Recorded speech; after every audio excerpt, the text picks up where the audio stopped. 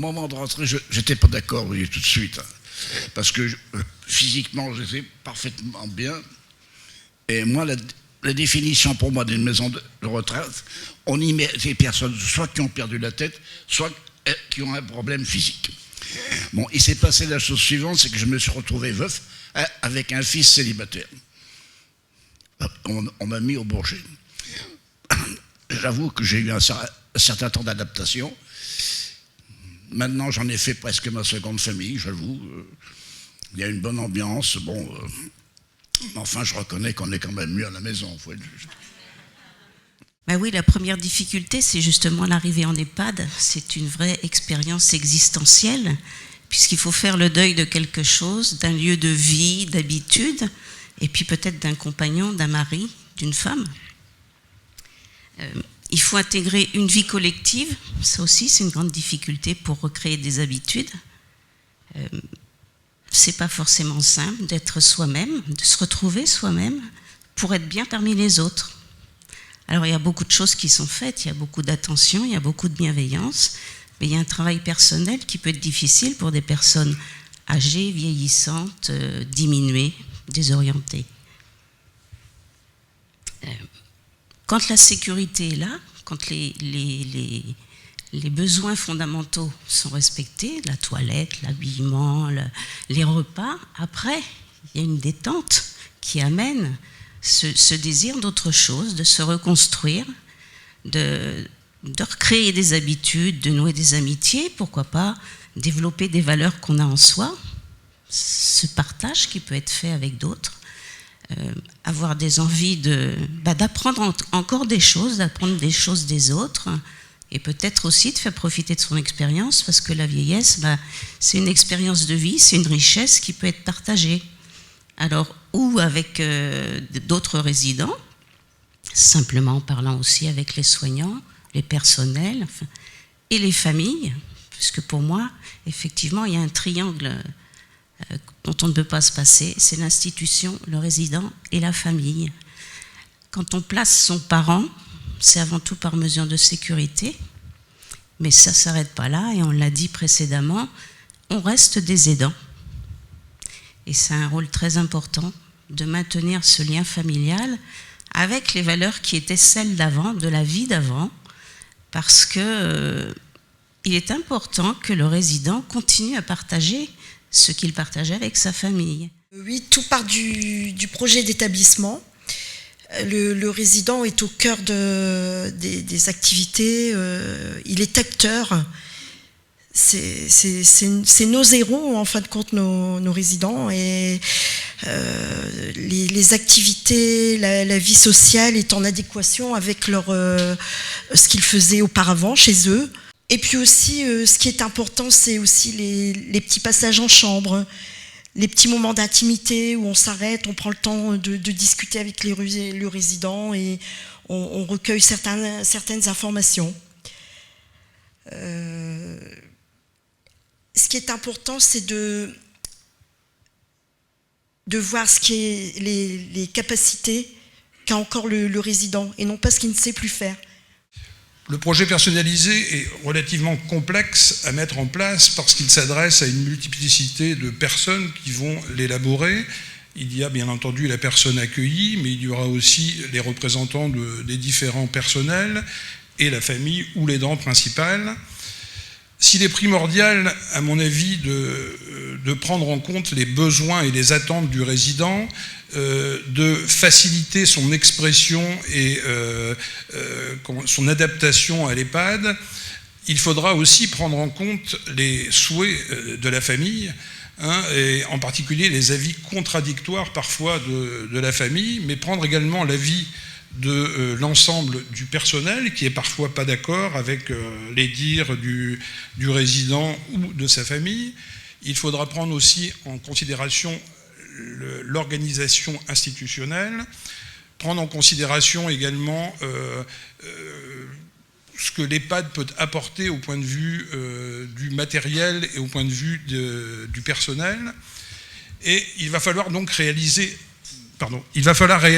un compromis entre toutes ces différentes démarches Mais je pense qu'il y a 2 points essentiels. Il faut absolument que la personne accueillie soit l'acteur principal et il faut que le personnel soit tourné vers ce résident. En maison de retraite, vous parlerez tout à l'heure des aidants familiaux. Je n'ai pas posé une question, je vais la poser maintenant. C'est très joli de parler de l'époux, l'épouse, les enfants, etc. Mais celui qui n'a pas de famille. Eh oui. Moi, à la maison où je suis, il y a un monsieur, il est en fauteuil roulant, il n'a pas de famille. Il règle tout lui-même. Alors qu'est-ce qu'il fait celui-là? On le laisse dans le coin parce qu'il n'a pas de famille, personne ne vient le voir. Eh oui, ça existe malheureusement. Mais c'est peut-être là, effectivement, tout le rôle des établissements, c'est de rompre cet isolement social de personnes vieillissantes, sans famille, qui bien souvent persistent à vivre à leur domicile et sont seuls et isolés.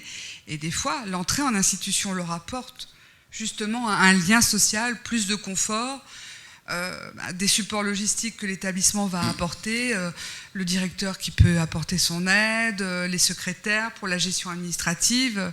Voilà, c'est là effectivement qu'on peut donner un nouveau souffle au projet de vie de ces personnes qui sont seules et vieillissantes.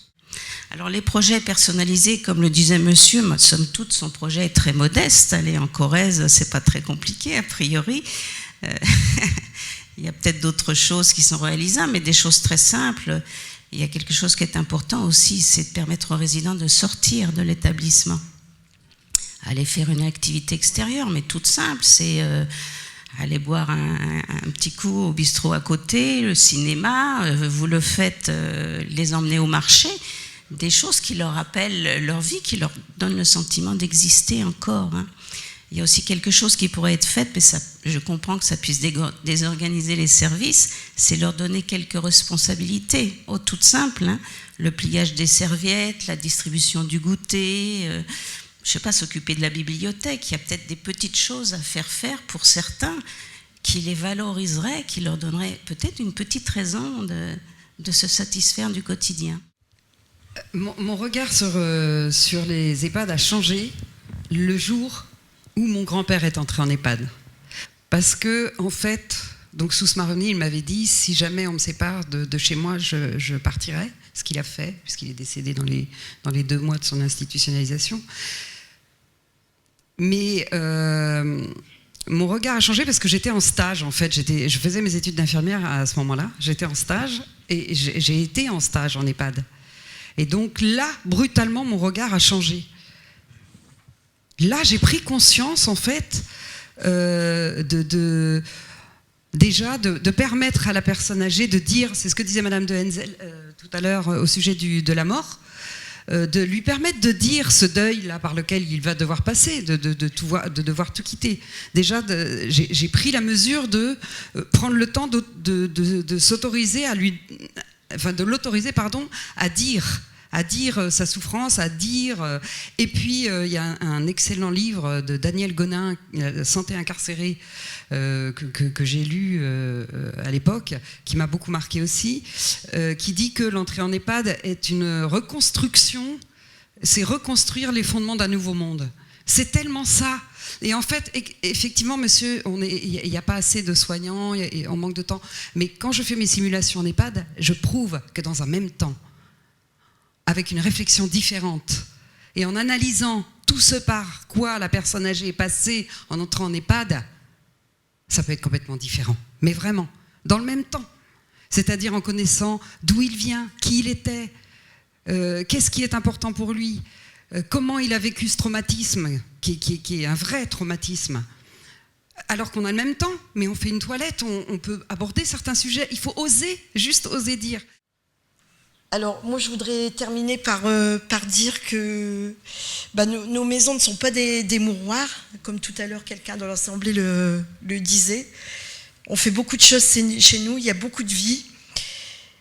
Je suis très heureuse, non pas de travailler, parce que pour moi, ça n'est pas un travail, mais je suis très heureuse d'accompagner tous les jours au quotidien nos aînés, parce que je pense que avec mes collègues, la direction, on leur apporte forcément tous les jours, mais eux-mêmes nous apportent quelque chose aussi. et ils nous le rendent bien. Voilà. Et je crois que la deuxième limite, c'est vraiment malheureusement le résident qui refuse tout, qui refuse l'animation, qui refuse le soin, avec un personnel qui est vraiment qui arrive dans la souffrance, parce que il se demande un petit peu, il se dévalorise, il se demande pourquoi il n'arrive pas à prendre en charge ce résident. Et ça peut entraîner, si vous voulez, une certaine notion de maltraitance à son égard qui peut aller se reproduire sur le résident. D'où l'importance, à mon avis, de multiplier un petit peu ces réunions de soutien à ce personnel, pour essayer de voir avec lui un petit peu les solutions qu'on pourrait apporter. Et encore une fois, rôle extrêmement important de la psychologue, non seulement vis-à-vis des résidents, mais également vis-à-vis du personnel et vis-à-vis des familles. Voilà un petit peu ce que je voulais vous dire sur les limites et les risques de ce projet personnalisé. Merci.